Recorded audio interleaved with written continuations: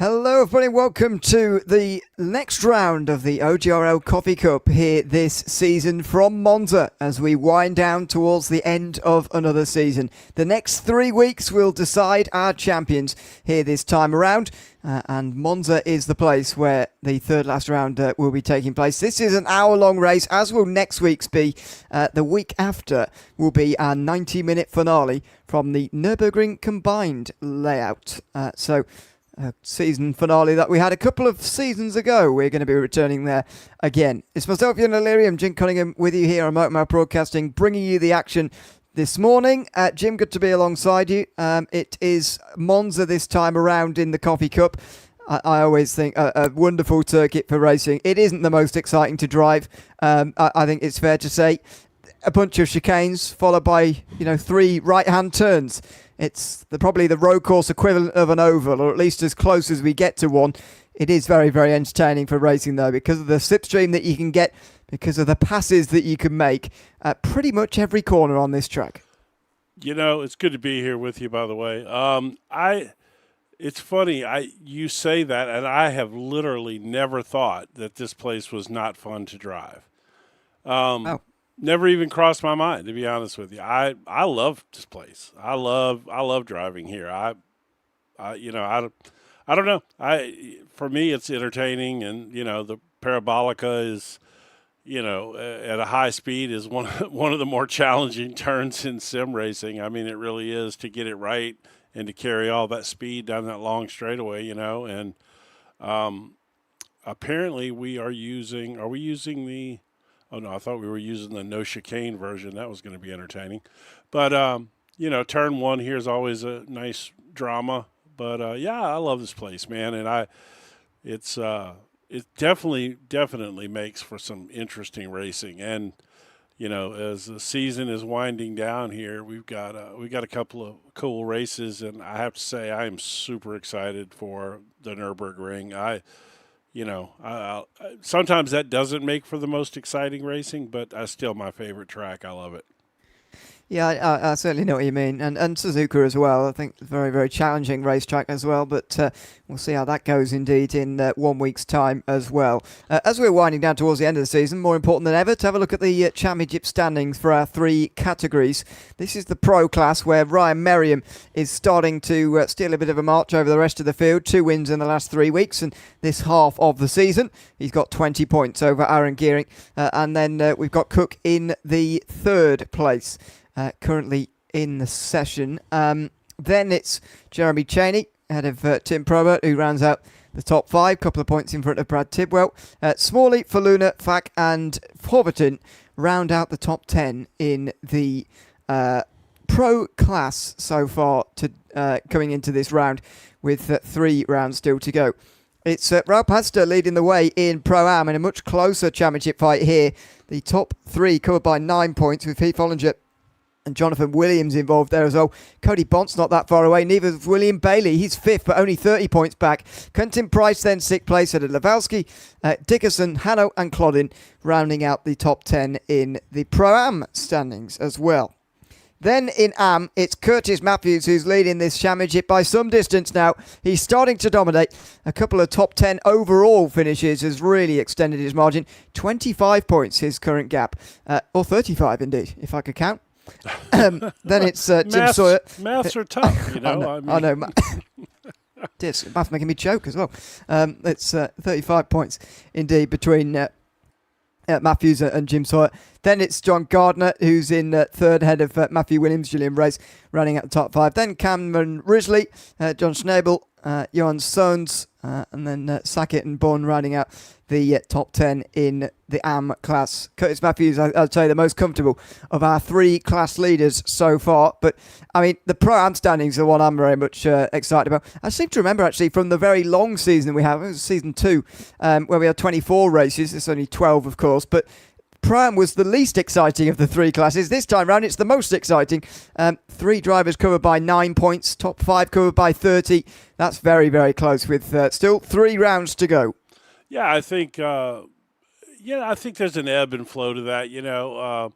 Curtis has certainly progressed, and he's built up a little lead But it wasn't that many seasons ago that, Curtis was, if I'm being honest, just a middle of the pack amateur driver, because back when I raced in here regularly with him, he and I were pretty equal, and I'm pretty sure he's surpassed me now and moved on, so he's going to move up, and I think that'll bring back some closeness to the amateur class, and I think he's going to be a welcome addition to the pro-am class, because the way he's been running as of late, he's up there competing with the leaders in the pro-am class right now. So I think it's going to be a fun season. And by the way, there is a rumor that we may be going back to the longer seasons coming up. Okay. Which I have to say was fun. I participated back in those days, and I kind of liked it, the longer one. But I think the world's attention span nowadays sometimes isn't geared for that. I think people like quick, short. I guess the negative to it is if you fall out of favor, a new season resetting every 12 weeks is a lot better than having to wait, 24. But that was the thing about that was so impressive about. I think it was season 2, the one that was really long last time round, the 24-week season. That was the thing for me that was really impressive about that season. That people would still join us. We had guys like I can't remember his name now. Some people who were joining and just competing for race victories effectively, because that's all they could compete for. Because you're right, you can drop out the championship very, very early in a 24-week season, spread across the course of 6 months, more than indeed, because we had a week off at least in between each season, and some more sprinkled in between as well. So it's a 30+ week season, which is quite long, but. That was the thing that was really impressive. People stayed motivated. They stayed appearing, and we got massive fields even at the final race of the season. So remains to be seen. That was back when it was 50+ and a waiting list. Yeah, I'd be encouraged to go back to a longer season, but I do see what you're saying about attention span and so on. Bradley Loving's coming towards the end of his laps, by the way. We might as well follow him for a lap here, because he's pretty much the only one who's got laps remaining now. He moves up to 8th place with that lap time there, and we'll see a lap around Monza here in the Audi. Might be one of those circuits that the Audi quite likes, actually. I'm not sure that for every track we've had this season, Lovings has given himself the best chance by picking the Audi, but he knows this circuit. We've talked about that's true as well. He knows that. He knows what he's up against. I think he chose it mainly because he knew that it was probably going to disappear, and right. And so I think he just wanted to, be a part of the last viable season that the Audi was going to be around, So I think that's probably more the reason. He knows it's not a good car right now. He talks about how hard he has to work just to even remotely make it competitive. And when he was back when he used to drive the Porsche and the Lamborghini, he was competing week in and week out right up there at the very top, Yeah.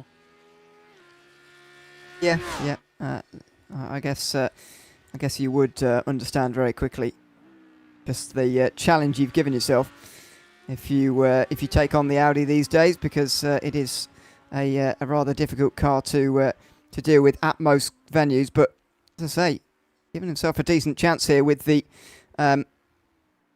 Audi at Monza, although he has slowed down here on this lap. Oh, and he's doing some donuts indeed on the back straight as well. He likes his TV time. Yeah. Oh, by the way, let me see. I just had him on screen, but we didn't have his camera up, did we? Looking forward to seeing his camera today, because the thing was, it didn't show up. Oh, I didn't have the driver details up. Never mind. Okay. One day we'll do it in the race at some point. Eventually, I'll figure. Oh yeah, don't worry. I'm seriously tempted to put one in the corner and just leave him up all broadcast, because I can see his camera here. And it's quite hilarious. He's in VR in a motion rig, and he's just bouncing around there in his sim room, and I can't help but find that quite entertaining. I think that just wrapped up qualifying, which we'll let him get into the warm up. We'll go through who's where later, but since we're heading into warm up here, I've got us a track map. How do you feel about a lap around Monza on the track map? Yeah, let's have a look at this historic racetrack indeed, as it is, Monza, up in the north of Italy, in Milan. Actually, it's very much closer to the inside of Milan than you might expect. Only 25 miles or so to some of the biggest attractions in the city. As you can see, quite a built-up area around. It wasn't when it's built, of course, back in the very, very early days, about 100 years ago. Yes, but about 100. Fast straights is the real key here, and big braking zones into big overtaking chances in tight chicanes, I think, is the theme of this circuit. It's the front stretch as you're building up to absolute maximum speed here down in towards turn number 1, where always on lap number 1 of any race, it is heads up for everybody. Such a tight opening chicane. Only been this way for about 25 years or so, this first chicane, which people do forget. It's very, very tight though, as I say. And just making it through here on the opening lap is going to be quite an ordeal. Through the Curva Grande, you want to be on the inside through here, really. There's no rain here, so you want to be absolutely pinned to the inside there. And if we see side-by-side battles around the curve there, you'll see those on the inside prevailing pretty much every time. In towards the second chicane, we've got to watch out for the curves through there, and we'll look out again for a good exit out of here, really. Really get over that first curb and then dive sort of later over the second curb. And then to the two Lesmos, turn 6 and 7. Pretty fast turns. Two of the faster ones, in fact, on this racetrack. Two of the only ones that are not indeed part of a chicane. Again, no less important, though, Lesmo 2, as you're looking for your run onto this next straight and under, indeed, the bridge, which is where the oval goes. The old oval, back when this circuit was originally built. There it is. Just diving underneath it there before you head into the Ascari chicane, one of Italy's favourite and most remembered, revered racing drivers. The name of one of the most iconic chicanes in the sport as well. 3 corners through this chicane before you run down towards the Parabolica, or indeed as it's called these days sometimes, the Curva Alboreto, another famous Italian racing driver more from the sports car world, for turn 11. Again, looking for your run onto the front straight here, really, as so many of these corners are about. Matters so much for your run onto the front straight for the next lap. That's what so many of these turns are about here at Monza as they come up towards the line and over the start-finish line for the end of another lap. It isn't the most technical circuit in the world, only the 11 turns, but for me, it's the history, first of all, this place, which is so obvious, but also the racing that you see around here, which is really, really the exciting part, I think, about coming to Monza. Yeah, it's the temple of speed. I mean, this is, and like you said, this place really, really makes you focus on corner exit. You have to get off the corners well here. If you don't, you just lose so much time on these long straightaways. Looks like we got another minute or so left in warm up. Let's take a look at the weekly activities here in the OGRL. For those of you that don't know, that is the Old Guy Racing League. Although most of the members are not really old guys anymore, they're just adults. Yeah, indeed. This is what's going on throughout the week. It isn't just us here on Sunday mornings and the Coffee Cup. On Mondays, we've got the Rookie Like Road Course Series. And the following night, Tuesdays, the ARCA Championship, with also some Coffee Cup practice prior to the race. Hometown Short Track Racing is where you'll be on Thursdays before Thursday Thunder Trucks. All of those, by the way, somewhere starting between 8 and 9:30 Eastern Time. So maybe one of those evenings will be more in your time zone than others, especially if you're a bit further out west. But the Coffee Cup, always here on Sunday mornings. Because the clocks have changed, I don't actually know what time it is Eastern anymore in America. Is it 9:30 or something? Right now, 9? Yeah, it's 9:30 Eastern Time currently. Yeah. Okay. Of course, we change clocks different than you guys, which is horribly confusing for someone like me. Yeah. we should very much not change at all, in my opinion. But I mean, yes, if we were going to stay, I would prefer to stay in this particular where we're at now, just because, I hate it when it gets dark at 5 p.m. in the afternoon. There's so much of the, just feel like you miss so much of the day. As warm up is finishing up here. And we should be gritting up here soon. I tell you what, I'm really looking forward to this race today. This place, it's a lot of fun here. Should be a good race. Let's see where everybody's lined up then, shall we? Ready for this race. It's Ryan Merriam who's taken the pole in front of Tim Probert, two of the big names in our pro category, starting first and second for this one. It's going to be Sean Riley in third place in front of David Van Roy, another all-pro row 2, as you'd expect, really. Row 3, Jeremy Cheney and Stephen Smalley next in line before we get to Hayden Young, who is in 7th place, and Raul Pastor, who's the first of the primes. He's taken the pole with an 8th place finish overall in that qualifying session. Jonathan Williams is in his class, of course. He's next in line ahead of Bradley Lovings, who got into the top 10 with that late lap time. He's in front of the all-pro 6th row of Aaron Gearing, who's qualified a bit further down than you'd expect from him, and Bradley Tidwell. Heath Ollinger is head of the next row on row 7. He's alongside Brent Cook, one of our pro drivers. Sebastian Fack is also a pro. Cody Bont a Pro-Am, and they're sharing row 8. Yellow Suns has taken the pole in the Am class there, and that's 17th overall for him. Pano Hanout in behind. In fact, you have to go quite some way to find the next Am driver. Poklanovsky and Purser are next. These are both pros, by the way. Dustin Dust Vase and Du is in the next row, and then you get to the next Ams, the first all-Am row. JT Sawyer and John Gardner on row 12. Yellow Suns has got a real advantage over them. 25th for Robert Sackett with Mitchell Williams on row 13 behind. Now I'll race through the last few because we're already getting towards the end of the qualifying here.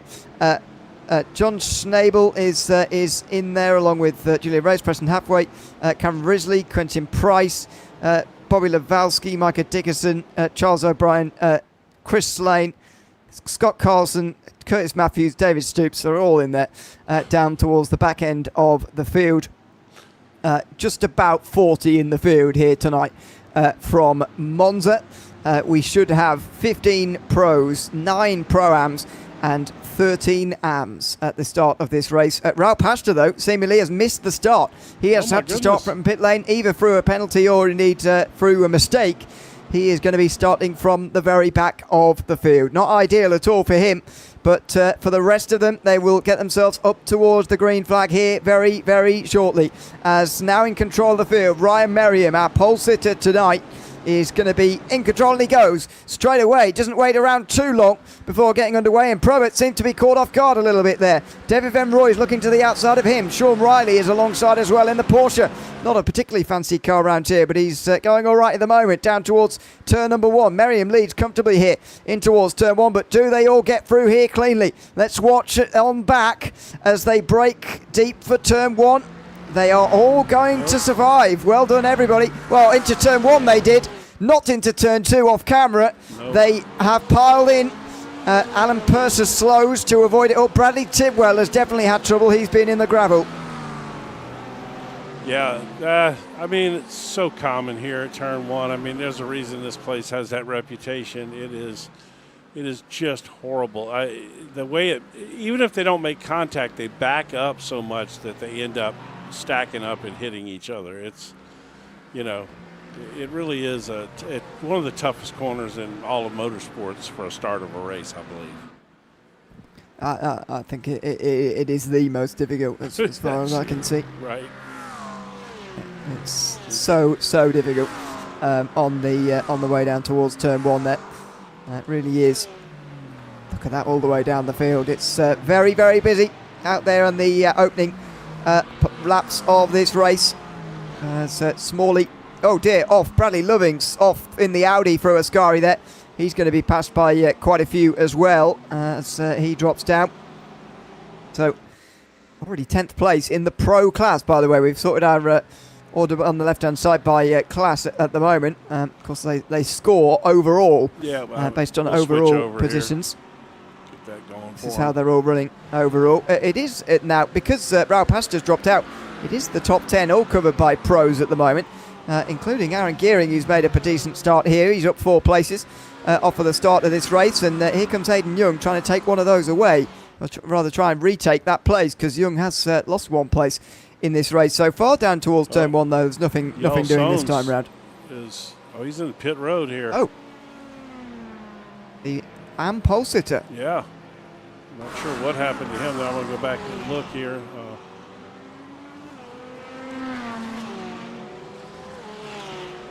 Soames all the way down to the back. So the AM pole sitter pitting at the end of lap number 1. The Pro-Am pole sitter starting from the pit lane. Raul Pasta down in 36th at the moment. Heath Ollinger then leading the AM class, Pro-Am rather, class instead. There he is, not far in front of Cody Pont at the moment. You see him in the Porsche in the background there as they try and hang on to the coattails of the pro drivers out front. And we have JT Sawyer here leading the AM class now, back in 20th overall. We talked to Curtis Matthews before the race there, and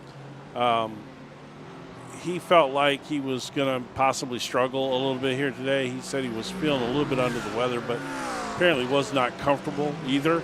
And he so far he's back mired towards the back of the pack right now, which is not at all where we normally see him. I got a feeling he might have been involved in some. He has been involved with O'Brien there. And you can see Matthews looking around, assessing the damage if there is any. I love things for us to look back on at the moment. I love the VR stuff. Let me. I'm going to go back here and see if I can sort out some of this first lap stuff. Oh, dear. Riley there was very close to Probert. A bit of miscommunication there as to who was going where, but Riley gets past on the straight down towards turn number 1 ahead of Probert. So Porsche showing a bit of speed in the straight line this time round to make its way up into second place. I tell you what, I actually like driving the Porsche here, mainly because I like the way it rotates here, you know, and it's down a little bit on straight line speed to a couple of the other cars, but I still enjoy it. To me, you got to be able to rotate through these chicanes, or it just kind of kills your lap anyway. So,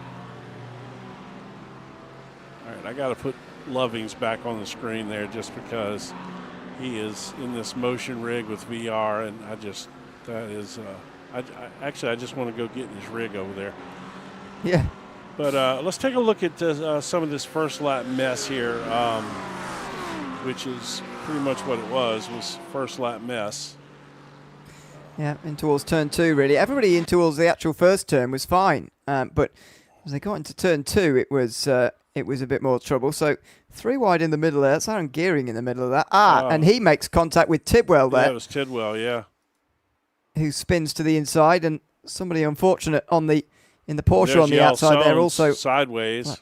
That's why he's in the pits. He got completely sideways, and look, they're just dead stopped. It's a parking lot back there. It's not as bad as it could have been. No, it's not, but it was still Curtis. He just decided to go through the barriers there. All right. Sometimes not the worst idea from lap number 1, to be honest. Right. Slowdown's better than breaking your whole race down, which can easily happen here.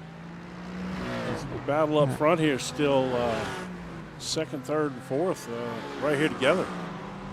David Van Roy back up here in 4th place. He was kind of, seemed like slightly off the pace there for a couple of races early to mid-season, and then he seems to have found his form again lately, I mean, I know when I first got in, or not long after I first got in this league, he was just blistering fast there for a while. Yeah, and he's always shown good speed and is running comfortably 4th now in with this group. That they don't look like they've got any hope at the moment. Neither does anybody of catching Ryan Merriam. We've just seen some incredible speed from Merriam in recent weeks, and at the moment it seems that it's very, very difficult for anybody to catch him as they come up in towards the Ascari chicane here. Van Roy watches on. I think he'll bide his time here. There's a pit stop in this race, of course, and at Monza you can do more fuel saving than you can anywhere else on our schedule. So there might be a bit of that going on in the first half of this race, especially for the leaders. Yeah, you know, and I think that is a drastically underrated skill to save a lap of fuel. People don't realize how important that really is, but it saves you the time in the pits, and it also allows you to stay out there and run a little longer on a lighter fuel load, which obviously helps the lap time as well. It's better on the brakes, it's better on the tires, all of those things.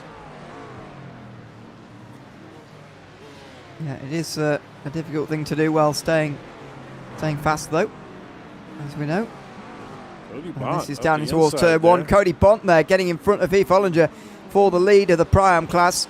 That is a change for 11th position since the last time we were seeing these guys, and Ollinger has lost that Priam class lead. Ollinger, of course, second place in the championship at the moment, but Raul Pastor is so far down the field that you would expect Ollinger would be taking the championship lead right now anyway.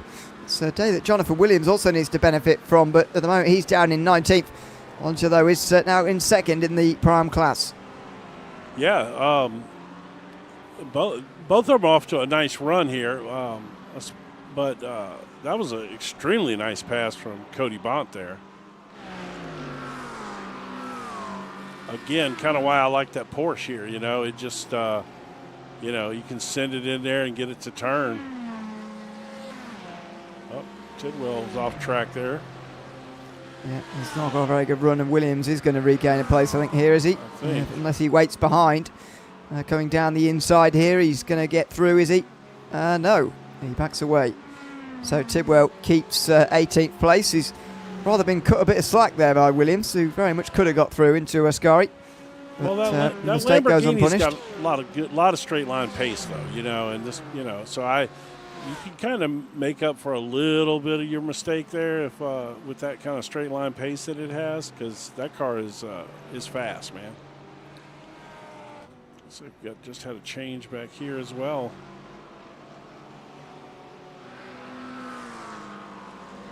Sackett and Gardner here.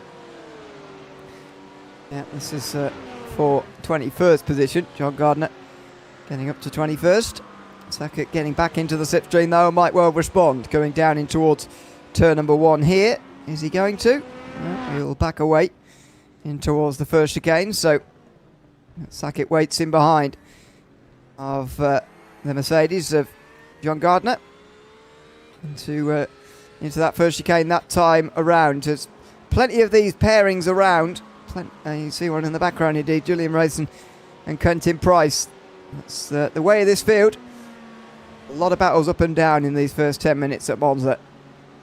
Yeah, this battle for second through fourth up here is still heating up nice, which I'm sure Ryan Merriam is just loving, because it's allowing him to pull about a 2.5 second gap already, only 6 laps into this race. So that's a nice, comfortable lead for him, which, you know, he certainly doesn't need much to be effective. So to give him a couple of seconds is pretty dangerous, as you can see him up here as they're right. You see him in the background. He's starting to walk away from him a little bit.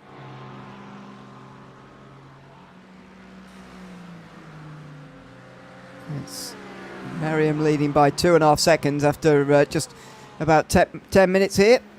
Riley, since he got into second, does not look like giving that place up, and Tim Probert now next in line, then David Van Roy down towards the first chicane, and they stay as they are. Further back in that group, Smalley is in front of Gearing and Hayden Young. 3 non-Americans in the group there, which is unusual in a mostly American field. It's really a beautiful time slot, though, for really worldwide. I mean, it's even like the Australian time frame. It's still, you know, it's late over there, but it's not ridiculously late at night, you know. And then it's good time in the UK and in Europe, and, you know, obviously nice morning session here in the United States, kind of before your day gets started good. Get in here. It's a bit easier in Australia in the in our summertime as well, by the way, when they're 2 hours closer to us. Oh, no! Dear, Gearing Gearing hit by Young. It looked, when we looked at them a couple of moments ago, like they were all working together there in that group quite well, but clearly not. Gearing shoved to the outside of the turn as Hayden Young was trying to get through into Lesmo 1, and Gearing now has been dropped into the middle of the group with Bradley Lovings involved, and Lovings gains a place through it into 9th. Yeah, you got Lovings and you got your Pro-Am leader, Cody Bont, right there. I mean, literally all over him. Now Gearing and Ollinger. This is a nice little 4-car pack here.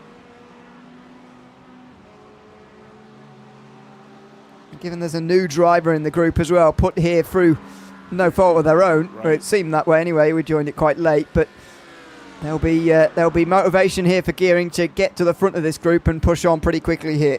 Actually, let's go back real quick and take a little bit of look at what happened there, if we can. Maybe from this angle, so we can see what happened. He's alongside for a while. It's the slightest bit of contact as well. Yeah, I think it's unfortunate more than anything. I mean, I don't know. That's a tough one. I might just say racing incident on that. I mean, Yeah.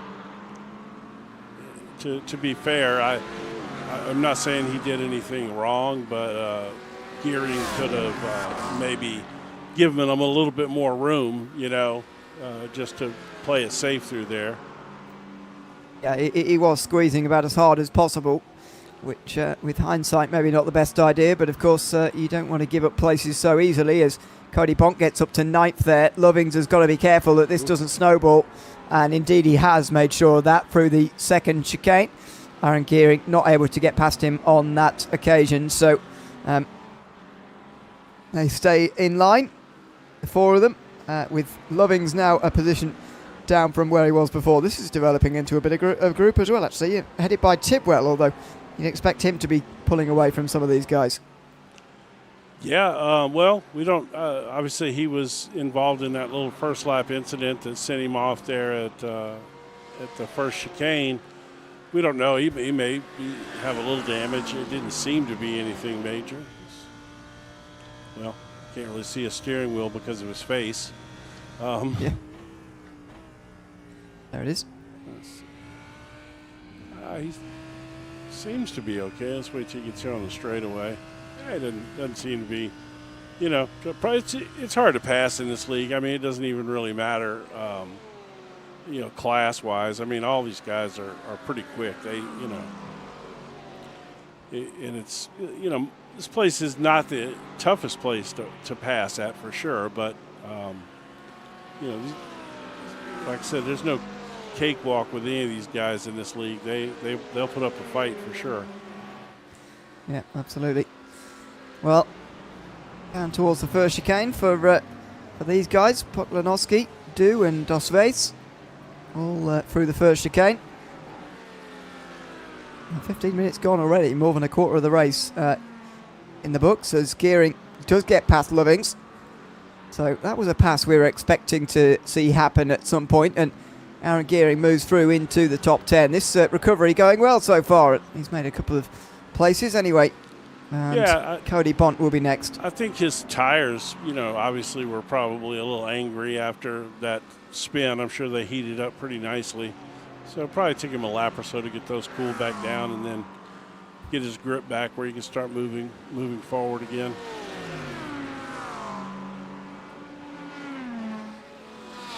And the straight towards Ascari again for these 4. Really getting over that inside curve first of all. As the biggest movers up and down, and Cody Bont has done a very good job so far, as you can see. 7. Yeah, several guys moving up 6 spots there. I guess Raul Pasta, obviously, Joel Sones, those, explainable first lap incident and starting from the pits, put those 2 back. Sebastian Fack, I did not see what happened to him. I think he was one of the others who was spun around in the first chicane. Yeah. I think we've seen his incident effectively. And here comes Gearing, by the way, on Cody Bont, who might be about to be one of those who's only gained 6 places here. There he goes, down the inside, Gearing into 9th. So, as I say, this recovery's gone very well for Aaron Gearing, but the frustration will remain that he ever had that incident with Hayden Young there, because he should, in theory, still be battling for 6th place with Smalley and Young. Well, he's not horribly off. You know, he's, I guess, 5 seconds or so back, but we'll see. He's got time. I mean, we're still only a quarter of the way through this, so we got some time. Let's take a look at kind of what's going on out there. Some of our better battles on track.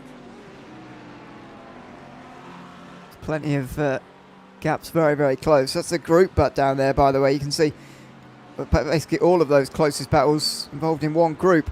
Side by side, and contact. Quentin Price sent around by Preston Hapway.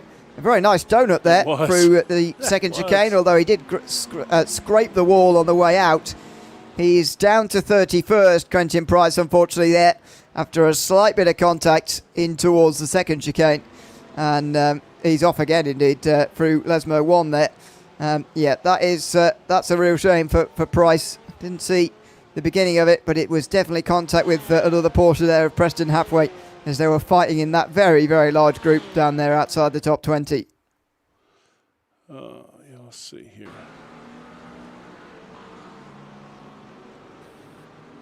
Another one of those, much like the one between Young and Gearing, I think. Yeah, I mean, a bit, you know, tight, but I mean, he certainly was on side of him. I mean, you'd have to say that, you know, he had right to that space. So that's one of those incidents that, you know, I could probably go either way. And I think discretion, you know, a little discretion there, and maybe giving a little room could prevent things like that.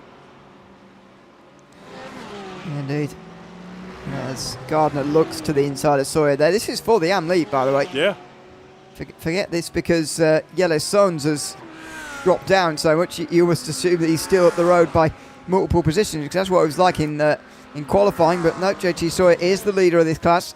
Gardner is second, then Sackett, then Race. So all of the top 4 in the AM class are all in this one long line here. No other classes involved now, with Quentin Price, Preston Hapway out the back of this group.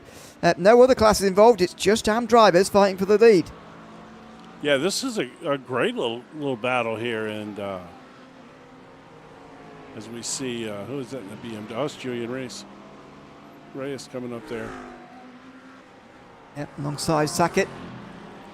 Oh, and there's tight. Wow, that was close. And there is a prime example right there. Sackett gave plenty of room, and there wasn't an incident when there very easily could have been right there. You know, that is exactly what we've talked about in those last two incidents, you know. Dare I say it, he gave only just enough room, though. Yeah, but he did, though. I mean, he ran it all the way out till his left side tires were almost in the gravel, you know. I mean, so he did give the space when he needed to.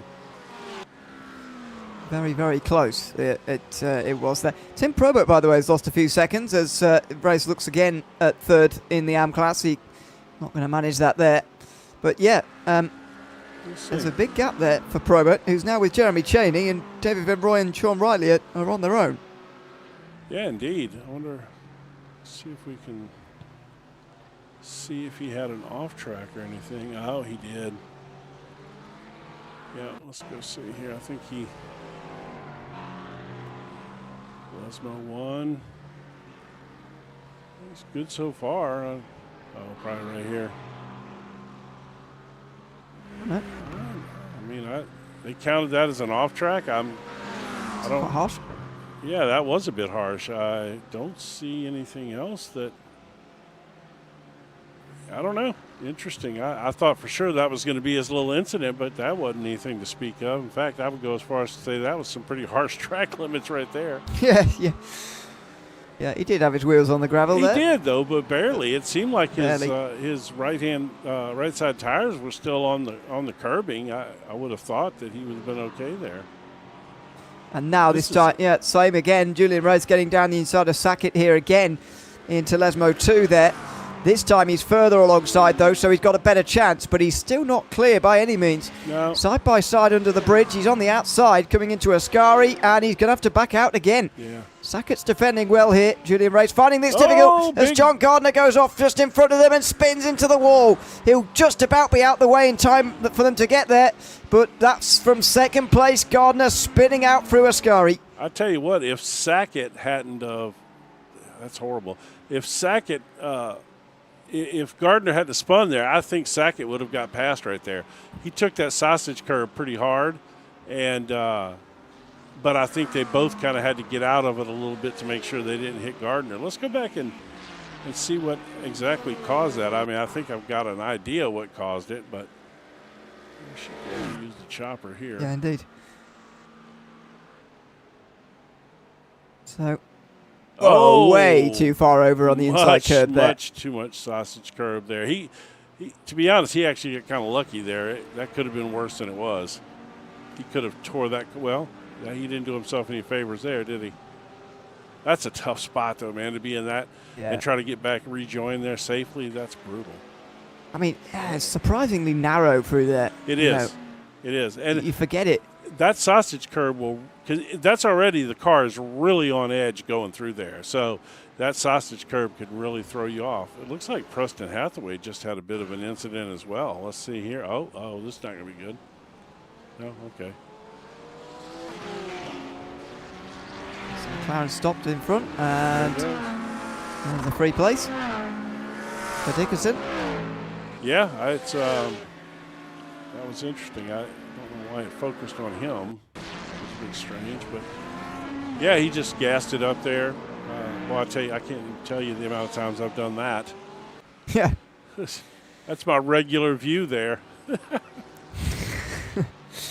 Looking back exactly at where you came from. In towards turn number one again. Probert just in front of Cheney.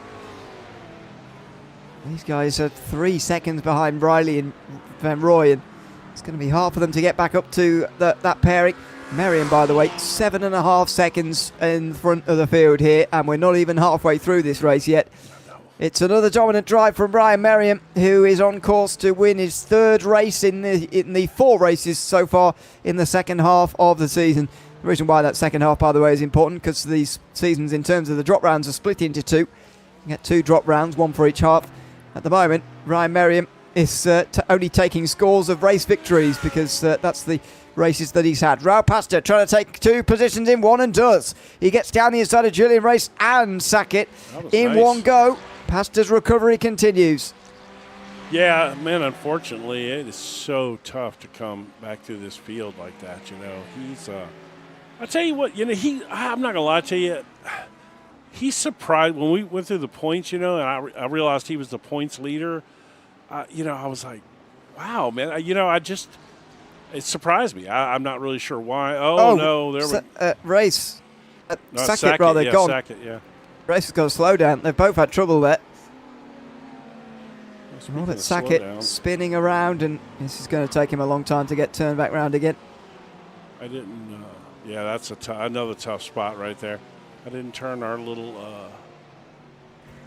stuff on here. We should be getting close to pit stop time, aren't we? I'm going to turn that on so we get some notifications when the guys start coming into pit road. Won't be long. No. Next few right on cue. There you are, Bradley Lovings. There you go. He decided to do it early there. I wonder if, you know, maybe he was in some traffic he wasn't, you know, too happy with or whatever. But out here for a nice Sunday afternoon drive through the Italian countryside. Ryan Merriam in his own zip code out here. Yeah. Indeed. I guess y'all would call it a postal code. Postcode. Why is there a difference in that? Does anyone know? I don't know. We call it. I don't. Our postal system here calls it a zip code. I suppose it's just the same way you have different names for things on cars as well. It's not really any difference. Like we talked about last night. Yeah. The hood and the bonnet. Indeed. Yeah. It's so funny because I've picked up so many terms from from working with so many Europeans and different other countries as well. That, like I say bonnet in front of my friends now, and they look at me like, what are you talking about? Bonnet, It's a nicer name, I think. An argy bargy, Although there's a famous American broadcaster, to be fair, who says argy bargy very often. Is there? And IMSA broadcast. Yeah. Oh, okay. Yeah. Well, but he also works with an Australian. Well, that's true, yeah. So he probably picked it up from his Australian mate, That's Maybe. another one, mate. Don't know whether Australians say that, really, but yeah. What, mate? That is true. No, no, they definitely. They don't say much else other than mate. But yeah, they do say mate a lot. No, that's where I look at argy bargy as an Australian. Okay. Thing. Maybe you're right. I don't know. But there you go. Anyway, sidetracked briefly. Always, Yep, indeed. This battle's still going on, although Sackett no longer part of it. Race is now stuck behind Williams, so he got up into second there very briefly. Mitchell Williams got through. I think I said Matthew Williams again earlier, didn't I? Mitchell Williams. You might have, actually, yeah. Then I always do that. I don't know why. And Julian Race is still not in second place in the class. There's Cameron Risley, who is he the leader of the... Yeah. That's the... oh, he is. Yes, so where's Sawyer go? And why is he down to fourth place? There's Sawyer as well. Good question. I didn't see a slowdown for him, or he's certainly not got a meatball. Let me see. I'll see if I can hunt it up real quick. See if there is any explanation at the moment. But Cameron Risley has gained 11 places to get up to this class lead, by the way. Well, it looks like he had a series of off tracks. Let me see. I mean, they could be very minor, especially right here, with these egregious track limits. So that's not necessarily nothing egregious about that. He probably earned that one. He spun right the way around. So that was, and by the way, that was. I think, oh dear, that was Sackett, was it, in the background spinning as well? I don't know, but oh no, sorry, Sackett spin earlier. Of course, we saw that already. But yeah, Sawyer dropping down as a result of that. Yeah, I'm not sure that he's done though. There may be one more here coming up. That's why I'm going to hang in here for a second. If there is, it's probably the side-to-side contact. That'll be it. Yeah, so that's why he's dropped even further down. That was muscling his way past Micah Dickerson, who's in the Pro-Am class, getting his way past Sawyer in the Am class. Yeah, he definitely used that heavy Mustang front end weight there to kind of muscle his way on in there. Now we're starting to see legitimate pit stops coming. As you can see there, scrolling across the bottom of your screen, you can watch your favorite driver or anybody else for that matter in their pit time.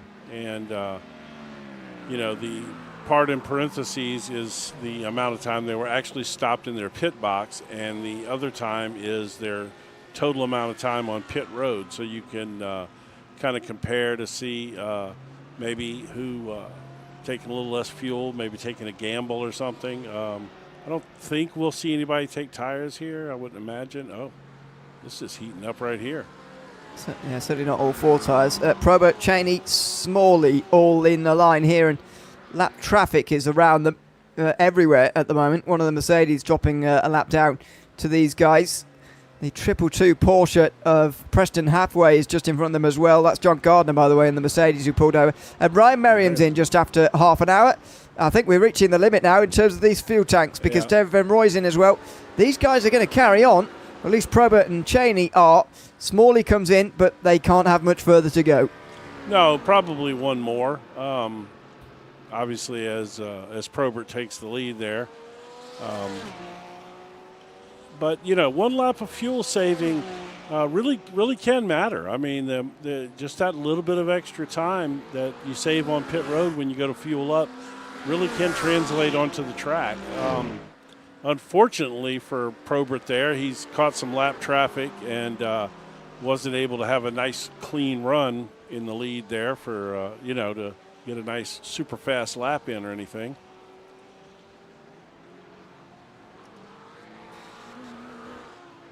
We are Or yeah, I'd imagine about to see the rest of the field in here at the end of this lap. So Probert and Cheney would be unlikely to fight here. Somebody's gone right through the gravel and the grass there a couple of moments ago. But down in pit lane, very, very busy. Look at them all making their way back out again. Curtis Matthews leading briefly. Yeah. Now that the pit stops are happening, although he hasn't stopped yet. Yeah, he's had a. By the way, I just want to put him on camera there. Oh, look at him! Looked right up at us with his bug glasses on there. That's a new Beyond 2 VR headset, super small. It's got the orange screen on it there, but that's the latest and greatest technology. Really light VR headsets. I've been looking at one of those myself. Can you imagine how attractive I'd be in one of those? But yeah, Curtis a little under the weather today apparently, but I knew he would. I knew he'd tough it out once he got out there. I knew, that's how that works. Yeah, might take his mind off it even for a moment as Merriam gets himself around the outside of Jonathan Williams. And that just shows you how far up the field Merriam is. Only 5 drivers who actually stayed out, even staying in front of him there, even though Ryan Merriam has already made his pit stop. Now, though, they've reached the limit of where they can go on fuel. And so Ryan Merriam retakes the lead. There's only just over 20 minutes to go. And unless he makes an error, very uncharacteristic error, he's going to win another race. And by the way, just someone in YouTube chat was letting us know that Merriam has only not, as we know, only not won one of those races in the second half of the season so far. He wasn't even at that race. That's why he scored a 0, I should have mentioned.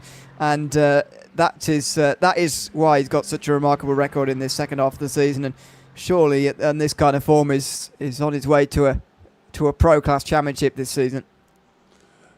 Yeah, last year was his first championship, I believe, last season. And I know he's been in contention. It's one of those situations where, you got to kind of get there and lose one sometimes to maybe, tighten up your mistakes or whatever. But he sure has found his form in the past couple of seasons here. He is really fast, extremely, extremely competitive every week. You don't see the guy ever seem to have an off week. He doesn't show up and the track doesn't suit him or whatever. You know what I mean? It's just always there. Yeah. Heath Hollinger passed for the lead in the prime class there by Cody Bont again. So Hollinger gotten in front through the pit stops. Now he's... did I say that? Hollinger got in front through the pit stops and then Bont getting back through again. Yes. Pernod Hanno is there, second and a half further behind, by the way. He's third in the prime class. So that's all in the fight. Alan Purser's just next up the road there in the Porsche. Bradley Loving's not too far away either. It's a congested part of the field, but another change for the lead in the class. Hollinger, those 7 places in front of Raul Pasto, would be taking the championship lead as it stands by just 4 points. Good run for Purnell, right there in contention. He's right behind the leaders in class there. That'll be fun to watch and see how that progresses here through the last, what do we got, about 20 minutes left or so? Yeah, just about 20 minutes, bang on now. I almost had to take my shoes off to count that high, so I wasn't sure if I was right or not. Just about got enough fingers and toes. Just about, yeah. It was that lawnmower accident, but that's another story. Chipwell, meantime, on the back of Jonathan Williams here for 17th. This is going to cost Williams a point in the Pro-Am Championship fight, by the way, of which he's very much a part. 9 points behind Pastor at the start of the day. He's currently gaining 3 of those back, but of course Pastor wouldn't be the championship leader if it stands like this. And Tidwell, as a pro driver, would be expected to get past Jonathan Williams in the next 20 minutes before this race finishes. Yeah, you certainly would think so. But I tell you what, Pasta's recovering, I won't say great, but he's recovering reasonably well. He's up to 6th in class, and as I say that, he picks up a slowdown on cue. But also the problem for him, by the way, look at the gap in front of him there, 14 seconds plus. That's very, very big. So unless there's trouble for somebody in between Hollinger and him, which is what it's going to have to take if it's in front of Ollinger as well, and they both just gain 1 point, and it's pointless. But the gap there, I think, is the biggest problem really for Pastor right. in terms of be closing honest, that in the last 7 minutes. I didn't look at the gap. I just looked at his position. I didn't notice the 15-second gap now. Yeah, it's a very, very long way. Curtis Matthews, by the way, has got himself right involved again in the AM fight for some top positions here. Julian Race has had a very good pit stop phase, and he's leading. Cameron Risley's second, and Matthews and Sawyer are going to be a little bit further behind him now because they both got slowdowns that they're still serving. So does Curtis. Matthews still needs to slow down. There we go. That's twice we've commentator cursed him right off the bat there. But no, you're right. Curtis is all of a sudden after the pit stops. If you look at the, we'll pull it up here real quick. Overall pit times. Let's see if that's going to show us what we need to see. Well, let's see. Yeah, he was. You can look at the two guys ahead of him there. He was significantly faster. He was 1.2 seconds faster than Reyes and over 2.5 seconds faster than Risley. Oh, somebody was around there. Was that Reyes? It was. And Risley, both Oh, my off. gosh. Curtis Matthews is leading this race now in the AM class suddenly. Wow. I'm waiting Both to of see them off through the crack final a turn. smile there. He didn't. As far as I could see, they weren't actually together. So how they both gone off at the same time is quite unusual. Oh, they were together. Excuse me. I thought there was a gap. They made contact as Risley was coming down the inside of Julian Race. They made a bit of contact there. And Risley spins. He's in a very awkward place there as well. Oh, they did. He just comes up into Race there. Yeah, yeah, he definitely washed up there, which is, golly, that's what I was talking about with the Parabolica, man. That is so tough going through there for that exact reason. And, yes, Curtis Matthews now, bam, all of a sudden, feeling bad and wearing his bug glasses and everything, and now he's taking the lead here. And with a decent amount of space, he's got over 3 seconds back to JT Sawyer. Yeah, it's a decent gap, although with the pace he's got compared to Sawyer, you'd be a little bit nervous about that with the time remaining. Sebastian Fack might well help. Sebastian Fack is in there as a pro driver, having spun on lap 1. I think he was either caught behind Tidwell on the there was a Porsche caught behind Tidwell on the outside of turn number 1, or turn 2 rather, on lap 1, and there was one that got spun in front of the field, and he was one of those two. With Sebastian Fack, which has lost him so many places that he's still recovering from here. Well, but Yale Sones was one of them, so. Okay, well, he was the other. Yeah, one of them was definitely Yellow Sones. Oh, speaking of that, there's Fack gets by. There he goes. Up to 22nd. Shouldn't hurt Sawyer, really. Fack should be quicker. If anything, give him a little bit of slipstream for the next few moments as he tries to catch Curtis Matthews. You can use it right here for sure. It's a good place to catch a little slipstream.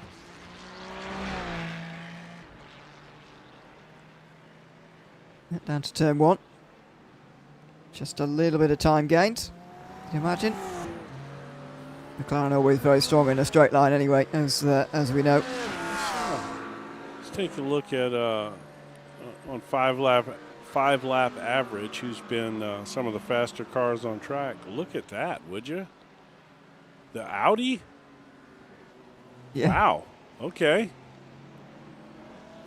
The thing that will be skewing this slightly at the moment is the fact that most people had a pit stop in their last 5 laps, so they will be missing from the order. But that's true. Loving's definitely the fastest of those who hit a little bit earlier. Later then. We'll revisit. Just getting to the end of that 5 lap window now. It's always very telling when we see those averages. Perhaps, well, definitely, I would say more telling than just trying to monitor each and every lap as it comes across. See the last 5 and you think, yep. Now this is quite interesting here. He's just had a nice, steady rise up through the field. He started kind of back there towards the very back, and just a good, solid run up through the field, and then caught that break after the pit stop there, and next thing you know, now he's leading the class. What looked to be not going to be his best day, and now he's out there leading the race. Yeah, see the smoothness of the curve upwards there. Obviously, after about lap 15, 16 or so, the just pit steady. stops are starting to gain in places that otherwise you wouldn't. But, you know, picking off 1 or 2 in most laps. Matthews just very steadily working his way up the field. This is Dickerson versus Race.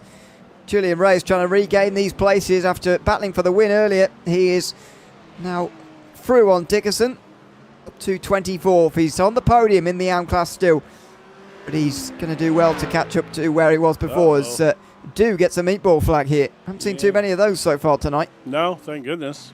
Oh, big sausage curve. Oh, ouch. Yeah. Well, literally, if he'd have been about 5 feet sooner on that spin, he would have missed all that and just went out across the big little field there. Unfortunate for Do. Let's take a look just real quick at the group standings, just so that people can have a better understanding of where everybody's running in class here. Yeah, so, see Merriam leading at the very front, but Cody Bont still the leader in Pro-Am. Ollinger not far in front of Pernod Hanno, and then Curtis Matthews leading in the AM class at the moment over Sawyer. He was trying to catch him, but I think, if anything, the gap's going the wrong way for Jim Sawyer at the moment. The only hope I think Sawyer and the rest of them have got is that Matthews hasn't put enough fuel in, because his pit stop is very short, fast, not only compared to those around him, but actually compared to those in the field more generally. He's got the shortest pit stop of anybody in the AM class, has Matthews, and shorter than anybody in Pro-Am. There are some pros who've gone even shorter than he has, but I think that's the only hope left, really, for those trying to overtake Matthews before the finish. Let's see what happened here. This is Carlson, Scott Carlson, in that pretty purple Porsche. Oh, nothing really. Okay, he just he just slowed to let everybody go by, I think. He very nearly got beached on that curve. Yeah, he did. As he straddled it there. Oh, my God, that happened to me one time. I literally got beached on a sausage curb. I think it was at the Nürburgring, actually, at the Nordschleife. Yeah, it wasn't. Those it was curves are pretty big. Yeah, the curb on the side. I spun or something in the car. The back end of the car was. I actually backed up on it trying to turn around and then got stuck, which was horribly embarrassing for myself. Well, it's happened to most, I would say, at some point. For Williams just in front of Brad Tidwell here. Then if he were to lose, well, he still hasn't lost his place. To be fair, he's kept hold of it for a long time, but. Another point that he could be gaining over Raul Pastor lost. He's only gaining 2 at the moment now.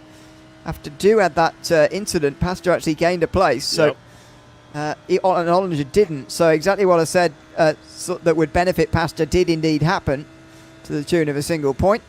It's hurt Williams and Ollinger, though, in terms of their gain. Ollinger only gaining 6 points now, but he would still reverse his 3-point deficit to Pastor at the start of the day and turn it into a 3-point championship lead with 2 rounds to go at the end of the day. Well, I'm sure if you would have told him coming in here that you're going to walk out of here with the points lead, he would have said, okay, I'll take that. Yep.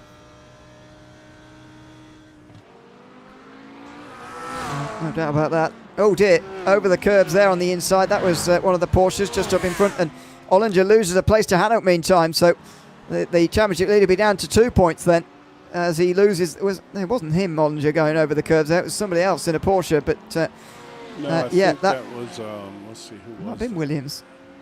Is it? Or maybe a lap car. To be honest, yeah, I think it was a lap car maybe. But here comes Ollinger. Shaping there that he doesn't intend to make the move on Pernod Hanno at the moment. Trying to keep the distance between himself and Dos Vase and Poklanowski and so on, because those are pro drivers behind, and Ollinger wants to keep them behind as well in these last 10 minutes. Yeah, he's having a good run there. I'm sure he wants to get by Hanlon here, though, make that spot up. I don't know if he's got enough time. 10 minutes, in theory, if he can start putting some laps together, he could potentially run Bont down. But, Cody's been really fast, but there's about 6 seconds there between the two of them. So, and a car. Not that Purnell's just going to move over and let him by. That's probably too far at this stage, although Bont's in a lot of traffic there. That's their best hope, I would say. Tidwell very close behind Williams there and towards turn number 1. He's pushing him basically into the first turn. Williams has caught Potnanowski in the Aston Martin here as well, so maybe he could replace one getting past with one overtake of his own. But let's see here as they come down the Curva Grande towards the second chicane. He's not really anywhere near here, Tidwell. Looking left and right in towards the second chicane, and Tidwell is going to get a better run there, much better run. Oh, he's got to slow down though. He shaped that perfectly. Williams got the corner a little bit wrong. Tidwell had shaped it well, but he's got a slow down penalty, and that is going to relieve a lot of pressure. You can see the frustration on his face too. He's like, "Are you kidding me? I had to run there." And I mean, I have to say, man, that didn't seem well. These track limits here are brutal. Yeah. That just did not look like something that should have been a slowdown there. Hayden Young here all over Stephen Smalley. Battle for 5th. Smalley on the outside line, and here comes Hayden Young in the McLaren on the inside. Looking to get up into the top 5. Oh, late on the brakes, very late. Good job, though. Got a bit deep, but Smalley's not going to get the exit there. He's Hayden Young then going to be into 5th position. That's now 2 places gained from him, or where he started, but of course he did lose a place or 2 off the initial start, so he has been gaining a few ever since then. I mean, that's a great run for him in the McLaren there today. He's solid 5th place right now, although I'm not too sure that Smalley's just willing to give that 5th place up yet.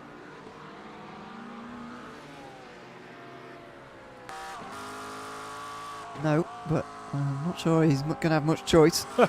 He doesn't have a lot to say about it. At the moment, this looks like Young to me getting really into his stride now in this part of the race. Get an off-track through there. By the looks of things, just going slightly wide into the gravel. But yeah, I think Young is hitting his stride now. And as I say, I don't think Smalley's going to be able to get that 5th place back again. He's 2.5 seconds behind Probert. I don't know that that's... that's going to be a tough gap here with, we don't have but about seven minutes or so left. Depending on where the leader's at, that's going to be what? I'll let you do the math on that. About 4 laps. Is that right? 6 minutes. Merriam crossed the line a few moments ago. Yeah, you're right. I think 4 laps. I totally crossed the line with that. Going across the line, I think, with about less than a minute to go or so, but it should be 4 laps remaining, including the one that they've just begun right now. Merriam on his way to the second chicane. This is the battle for Ollinger. He's got to get back past Hanout again, try and maximise this day, because the days where Raul Pastor starts from the pit lane are not going to come around too often.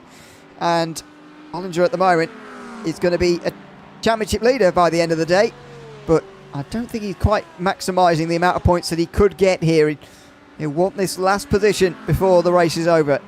I mean, he's really struggling to keep up with the Corvette there in front of him. Parnell's having a good run, and that Corvette seems to be really strong, since, they finally got wide. Well, he did definitely wide there. That's a chance for Ollinger. He's got to pounce on that. Hanout got that first chicane wrong, but through the Curva Grande, he hasn't really got anywhere to go. He can't go to the outside. It's a longer way round, and it means that you can't actually make the pass at all. And Ollinger here is going to have to lunge if he wants to make the move, and he isn't going to from all the way back there. So Hanout keeps the position in front of Heath Ollinger. That is disappointing for Ollinger, really, but Hanout has sort of covered up that mistake as best as he could. Tell you what, Ollinger's fixing to have a mirror full of dust in Doss face here really soon. He's on him now, though. Look at this run. Another good run for Ollinger. He's hitting his stride as well here at the end as he looks to the right and now a shape to the left, but always hard to get down the side at Ascari, so can't do it there. That's a tough place to make an overtake. That car is so on the edge going through there as it is. That is a really, really tough place to make a move. And like I said, Doss Face is all over him now. At some point, you got to start looking in your mirror, and that's only just going to make it worse.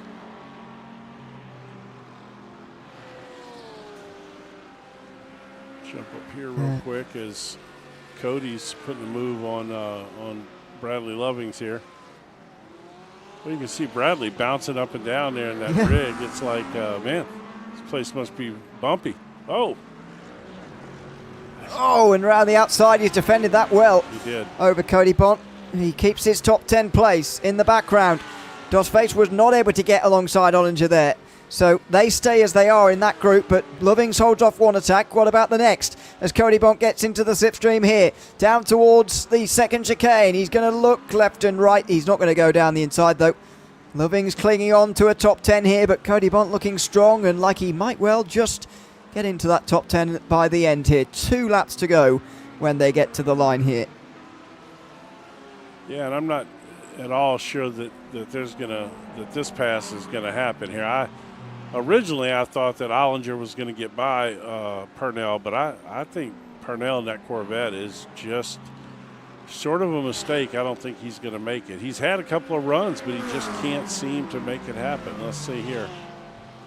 He's going to try to sling it around the outside here. This is going to be dangerous. Dangerous. Outside line. Yes. He has to back out, surely. Oh, he didn't back out fully, though. Hannah there. Okay. Oh, and to spin in front Lovings. He's going to drop behind them all. Oh, and Lovings has made contact because there's damage there. That's not part of his car, though. Yeah. He might have made contact with Cody Bont, who's now with Alan Purser battling for the top 10. Lovings down to 18th. That gives everybody a free position, and that helps the likes of Ollinger here and also Williams in the Prime Championship. It is Cody Bont who's missing his front end.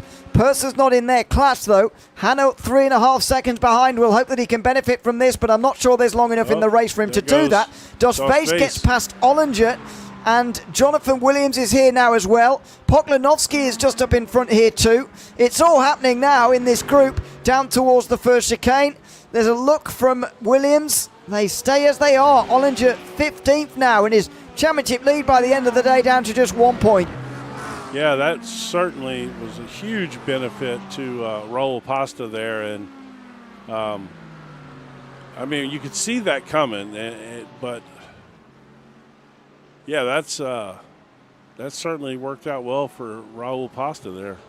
What a break! So 1 point it would be at the moment. Williams will be 3 points closer to Pasta, so he'll be 6 points behind Pasta and 7 off of Ollinger as Purser goes down the inside of Cody Bont. That car's damaged for Cody Bont. Oh, yeah. He's got to be wary, looking over his shoulder here of Hanno, and this battle isn't helping. He goes to the outside of Alan Purser. Oh, and he side battered him there, door to door, and nearly again here in towards Ascari. Now he'll break early and fall in line. He's really got to. He can't afford this fight at the moment as they see the white flag here. 1 lap to go. Yeah, let's jump up here real quick just to see where our leader's at. Okay, going into Curva Grande there. Let him go, man. I don't understand why you fight Purser that hard here. It's not your fight, man. Just be smooth and make sure you stay ahead of Purnell here. Wants a top 10, it seems, but there's not much point to that. That's true. But, I mean, racer, you want every position. I get that. But, you also want the class win, too. Yeah. By the way, Cody Bont, for his part in the championship, is only 16 points behind Pasta. So he, to be fair, would like every point he can get, and it would be 9 if he could get into the top 10, which would be pretty significant. Side by side behind us, Ollinger is overtaken by Williams in towards turn 1, but Ollinger gets it back again. So if Ollinger loses this place, it's a tied championship between himself and Raul Pasta, with Jonathan Williams only a few points behind, only 5 points behind. The top 3 could be covered by 5 if this position were to change in the next couple of moments. Side by side, he might have this, Jonathan Williams. Inside line, he is not going to manage it though. Ollinger's on the inside for the second part and he keeps the place. Meantime, Ryan Merriam is going to come through and take the race victory here through the Parabolica. He's very slow as he's trying not to lap somebody there by the looks of things, but it's going to be another race victory for Ryan Merriam. A dominant day at Monza. He wins in the OGRL Coffee Cup once again, this time by more than 10 seconds. Further behind, Tidwell has gotten involved with Ollinger and Williams now. This is helping Raul Pastor because at the moment Ollinger is tied in this championship with Raul Pastor. If Ollinger loses this here to Tidwell, then it is going to be tied. There it is. Ollinger loses it to Bradley Tidwell. And so this championship will be tied going into the last 2 races. Cody Bont, meantime, out front is going to gain 8 points over Raul Pastor. That puts him only 8 points behind going into the last 2 rounds as well. He's right back in this fight as he wins the Pro-Am class here at Monza this morning. Ollinger and Williams are side by side in the background through the Parabolica, and Williams is on the inside. Can he maybe take this position away right to the very end? Oh, he can! Williams has taken the position. Raul Pastor keeps his championship lead.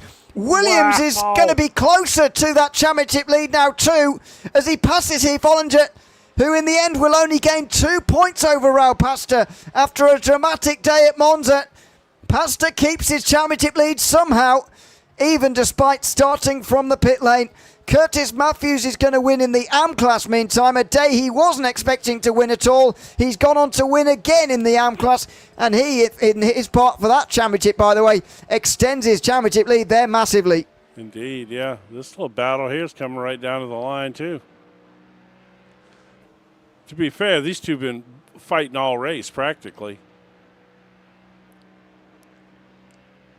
The race has been battling with someone for most of the race. No, exactly. He's literally had a battle the entire race with someone. He's got to be sweaty and tired after that mess because he literally fought that entire race. Wow. Okay, we had all kinds of little dramas there in the championship. Big changes right there. Well, in the end, it wasn't a big change, which was the news, because it sure looked like we were going to get a little flip-flop in the championship, but as it turns out, maybe we didn't. Wow. All right. Yeah. I think at the moment, Pastor will be leading this championship by a single point over Ollinger. Jonathan Williams will be 6 points behind. Cody Bont will be 8 behind going into the last 2 rounds of the season. With Bailey not here today, he's probably going to drop away. But let's do this by class today for the results instead of just overall. So here's the that's the qualifying. That's why we had to start there first, you know. There's the results in the race for Curtis Matthews, indeed, winning by 8 seconds over JT Sawyer, extending the gap there towards the end. Even though he got a surprise race lead, he extended it right to the end. Julian Race finishes on the podium with John Schnebel and John Gardner rounding out the top 5. Robert Sackett, Mitchell Williams, Scott Carlson, Jelly Sons were all on the lead lap. The retirements were Charles O'Brien, Chris Lane, Cameron Risley and David Stoops, all getting through roughly half of the race there. Cody Bont wins in the Pro-Am class to get himself right back into championship contention there. Pernod Hanno only just over a second behind, with Jonathan Williams also on the podium. He only just finished ahead of Heath Ollinger, as we saw. Raul Pastor in the end loses points, but he retains his lead with a 5th place finish at Micah Dickinson, Preston Halfway and Bobby Lewalski, who finished the race. Dew and Price did not finish the race after their crashes. And in the Pro class, it's Ryan Merriam who takes another victory, over 10 seconds this time over David Vimroy, who in the end distances Sean Riley quite significantly. Tim Probert's mistake dropped into 4th in the end there, with Hayden Young rounding out the top 5. He ran away from Stephen Smalley at the end of that race there, with Jeremy Cheney 7th. Brent Cook, Aaron Gearing, Alan Purser rounded out the top 10. Poklonsky was in 11th, then of Josh Vase. Tidwell, as we saw, getting involved with the Prams towards the end there too. Bradley Loving, Sebastian Fack rounded out the Pro field. They all managed to finish the race as well, which is fantastic news in the Pro class. Let's have a chat to the top of the Pros, though, shall we? Ryan Merriam, who joins us now, having won another race in the OGRL Coffee Cup. Ryan, congratulations. Another victory. Over 10 seconds again this time here from Monza. Just how comfortable were you at this racetrack? Because you certainly made it look easy out there at the front. Hey, guys. Thanks. Yeah, it was pretty comfortable after a little while there. I knew it was going to be important to kind of break that draft ASAP, and I kind of managed to get a really good start. Kind of caught everybody sleeping, it looked like. So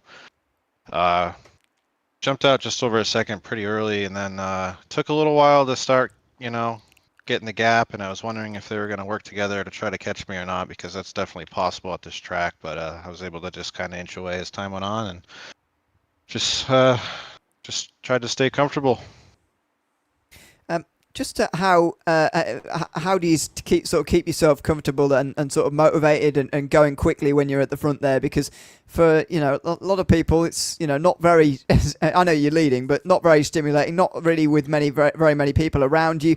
Not you haven't got anybody to aim at like everybody else has down the back end of the field. How do you sort of keep yourself ticking over there at the front of the field when you're leading by such a margin and you haven't really got anybody around you?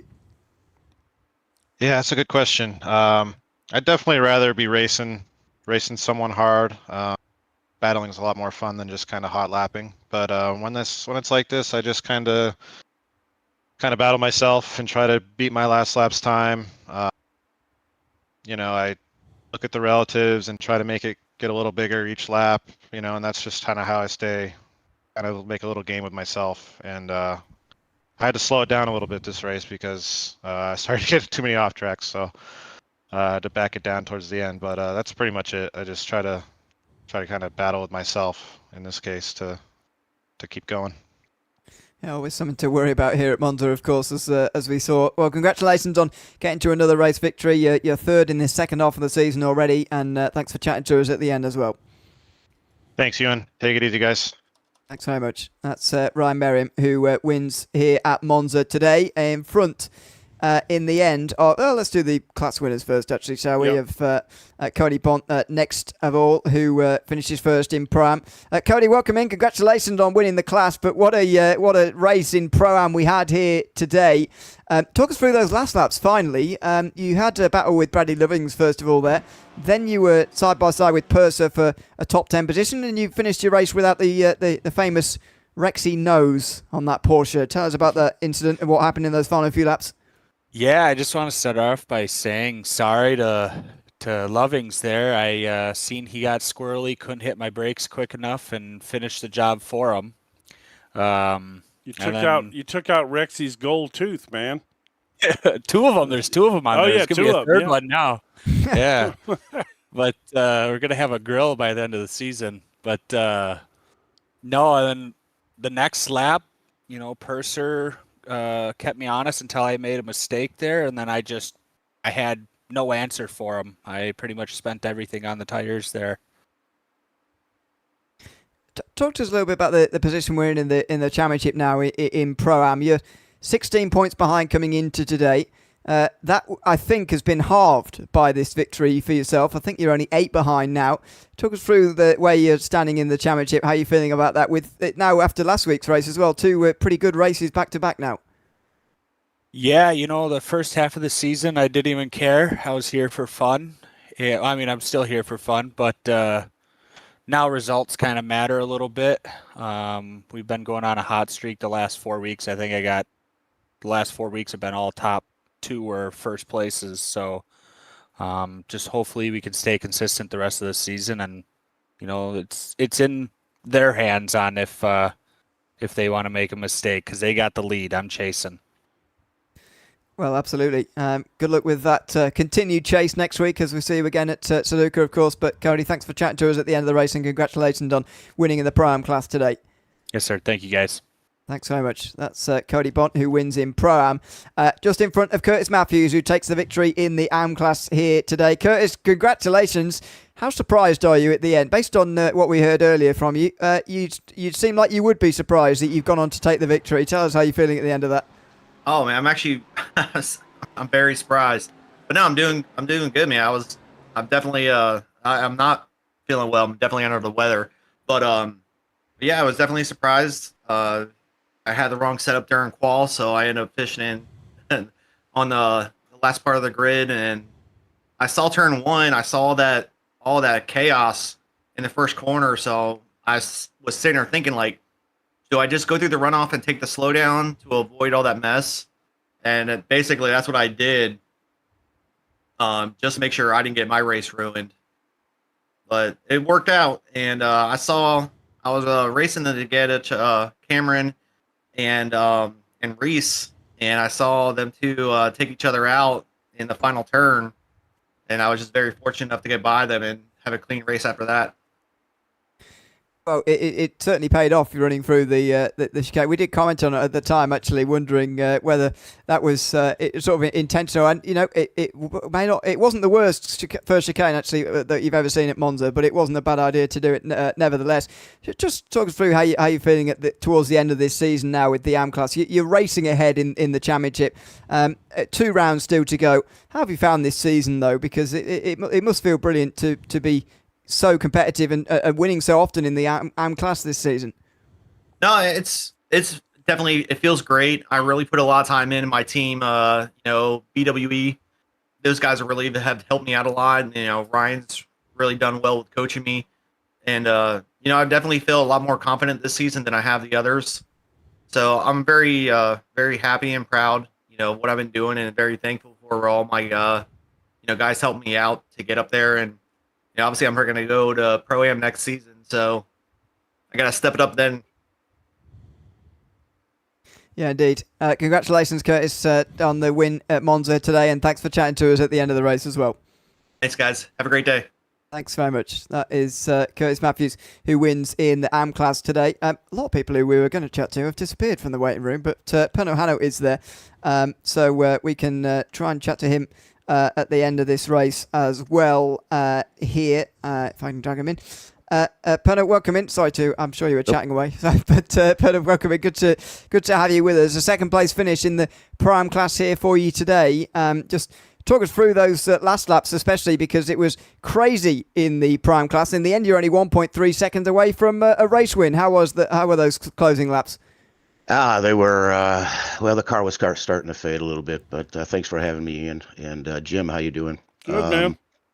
Good to hear you. Yeah, they were, I got to be honest with you. I was talking with Cody in the waiting room, and he was a little bit concerned about me getting there. And I said, man, I was more concerned about keeping Heath behind me, and Dustin was coming up hard. Lately my races haven't had a lot of consistency in them. So today I was just focused on consistency, and probably even if I would have caught Cody, probably would not have pressed the issue. And probably would have just taken the finish where it was. But it was sketchy to say the least. As the cars faded, did not take tires. So yeah. What were you expecting from Monza tonight? There's so many different I guess opinions flying around about this circuit, about how it is to drive, how it is to race, especially the turn one's always feared by seemingly everybody. What were you expecting from today? Yeah, you hit it on the spot. That turn one was my fear. Lap one, turn one. We did a practice race on Wednesday night, and I looped it right there from the pole. And yeah, so my main concern was lap one, turn one, get it through there. The Corvette's real sketchy coming off there on cold tires. And as you guys probably announced, there was just a big, and it was just a matter of kind of making your way through there. But once, my feeling was once I was able to get, a lap or two under my belt, and if I didn't get in any trouble, it was just, focus ahead and just be consistent. Well, congratulations on getting to second in the prime class here today, Pano, and thanks for chatting to us at the end of the race as well. Hey, guys, I appreciate what you've been doing. Well done. And hope to be chatting to you a little bit more often. Absolutely, yeah. Thanks very much, Pano Hannett there. Second place in the prime class here tonight at the OGRL Coffee Cup here from Monza. Jim, I mean, it was a good round of this championship, I've got to say, especially in those last 10 minutes. Thoroughly enjoyed the fighting at the top of the prime class. Cody Bont was, we were just chatting to there, was maybe a little bit too involved with those around, but, needs the points as well, just as much as anybody else. Bont finished very, very well last week, let's not forget, at the Red Bull Ring. And so those accumulation of points, again on Raul Pasta and a lot of the other contenders, 2 weeks in a row, means that the prime class now is incredibly exciting. Top 4 drivers covered by 8 points, and what a scenario that is heading into the final 2 weeks. Yeah, it's great. It was a constant drama there at the end of the race as to who was going to leave here leading the points, and that's what it's all about when you get down to the end of these seasons, is watching those championship battles take place on track like that. Really, really exciting. The next couple of weeks are going to be a whole lot of fun.